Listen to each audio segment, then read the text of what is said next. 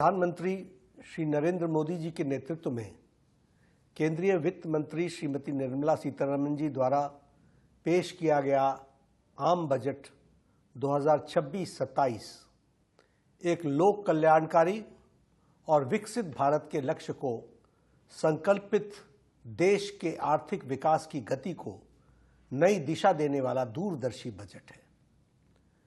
यह सर्वसमावेशी एवं सर्वस्पर्शी बजट है जो भारत को दुनिया के सबसे बड़ी आर्थिक शक्ति के रूप में स्थापित करने में अपना योगदान करेगा।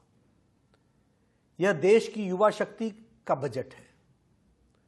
इस ऐतिहासिक आत्मनिर्भर भारत के बजट के लिए मैं आदरणीय प्रधानमंत्री श्री नरेंद्र मोदी जी, वित्त मंत्री श्रीमती निर्मला सीतारमण जी एवं उनकी पूरी टीम को बहुत बहुत बधाई देता हूं और उनका हार्दिक अभिनंदन करता हूं। प्रधानमंत्री श्री नरेंद्र मोदी जी के नेतृत्व में सरकार द्वारा स्वास्थ्य सेवाओं को जन जन तक पहुंचाने के लिए जो प्रतिबद्धता इसी बात से जाहिर होती है कि पिछले 12 वर्षों में स्वास्थ्य क्षेत्र में बजट ने 176% की बढ़ोतरी दर्ज की गई है। स्वास्थ्य के क्षेत्र में इस वर्ष आवंटित 1,05,000 करोड़ से अधिक का बजट पिछले वर्ष के बजट से लगभग 9% अधिक है। इस बजट में मेंटल हेल्थ पर, मानसिक बीमारी से लड़ने वाले विषय पर एक विशेष फोकस किया गया है जो स्वागत योग्य कदम है। इसके तहत रांची और तेजपुर स्थित केंद्रीय मनोचिकित्सा संस्थानों का जो अपग्रेडेशन किया जा रहा है और जो उत्तर भारत में निम्हांस की नई स्थापना करने की घोषणा सराहनीय है। जामनगर में world health organization traditional medicine centre की स्थापना हर भारतवासी के लिए एक गौरव की बात है। स्वास्थ्य बजट में वृद्धि के साथ साथ देश के हेल्थ सेक्टर को मजबूती देने के लिए रिसर्च और डेवलपमेंट पर विशेष फोकस्ड आम बजट हार्दिक स्वागत करता हूं और आदरणीय प्रधानमंत्री जी का हार्दिक अभिनंदन करता हूं। भारत में निर्मित दवाओं को विश्व स्तरीय गुणवत्ता के लिए और उनके मानकों पर खरा रखने के लिए जो सिडेस्को को अधिक मजबूत किए जाने का प्रस्ताव, यह भी बहुत सराहनीय है।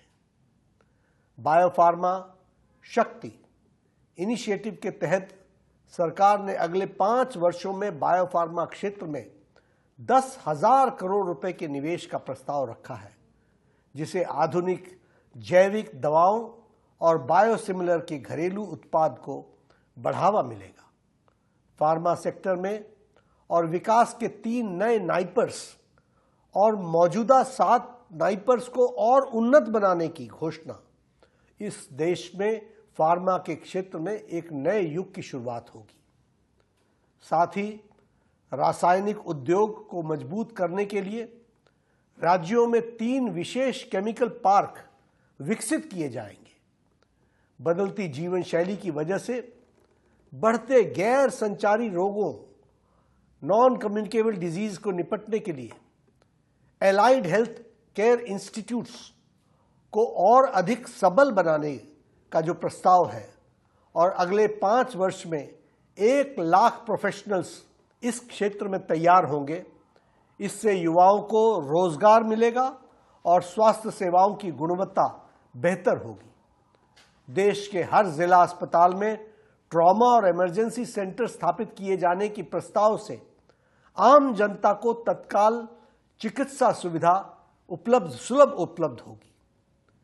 मेडिकल रिसर्च और इनोवेशन के लिए ICMR, Indian council for medical research और डिपार्टमेंट ऑफ हेल्थ रिसर्च के बजट में उल्लेखनीय वृद्धि की गई है, जिससे नई दवाओं, टीकों और अत्याधुनिक उपचार तकनीकों को विकास संभव होगा।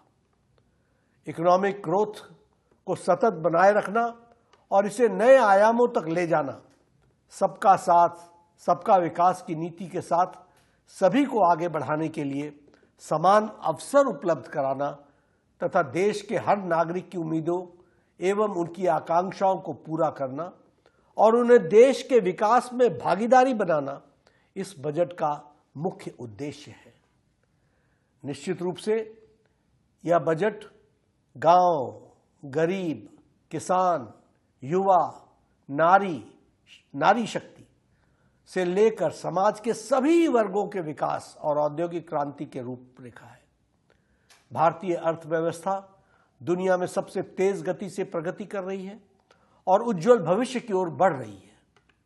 मैं पुनः इस क्रांतिकारी बजट के लिए आदरणीय प्रधानमंत्री श्री नरेंद्र मोदी जी, माननीय वित्त मंत्री श्रीमती निर्मला सीतारमण जी एवं उनकी पूरी टीम को कोटि कोटि साधुवाद देता हूं, बधाई देता हूं, धन्यवाद देता हूं। वीके न्यूज, राष्ट्र के नाम।